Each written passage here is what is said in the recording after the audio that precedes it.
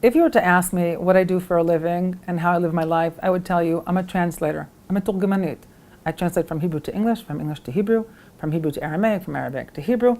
I translate from mysticism to science. I translate from academia to my Hasidic inclination. I want to invite you into a moment of translation from my academic inclination to my Hasidic inclination. The Mishnah and the Tosefta, same tractate, have different names. We're entering into Yom Kippurim.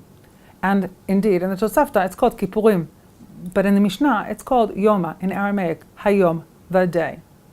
My colleagues here at the Schechter Rabbinical Seminary and at Machon Schechter, the Schechter Institute, they deal with the question of primacy of the Mishnah and the Tosefta. I'll leave that piece to them. But as a spiritual practice, I want to ask about the primacy of Kippurim and Yoma, of atonement. And what is Yoma, the day, one day? I want to pose the possibility to talk about Kapara and Kippurim and the primacy of Kippurim as a saying, yes, atonement, Kapara, is the first step. But for me, that'll get us as far as the end of Kol Nidre, when I relinquish my responsibilities for things that I said and didn't say, did or didn't do. But how does one go through the whole day? The day, Hayom. That's a day of purification. In the last Mishnah of the Masechet, of the tractate, Amar Rabbi Akiva, Ashrechem Yisrael, Lifnei mi atem mitarim u'mi mitayer etchem, Avichem shebashamayim. Blessed are you, the children of Israel. Who purifies you? In the presence of who do you purify? Your Father in heaven. And I want to suggest that the day of Yom Kippur is the day, no past, no future, not who we were, not who we'll be.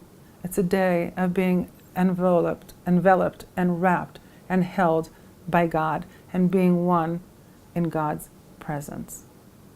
And I pray that we have that ability, like the mikveh, mikveh Yisrael Hashem.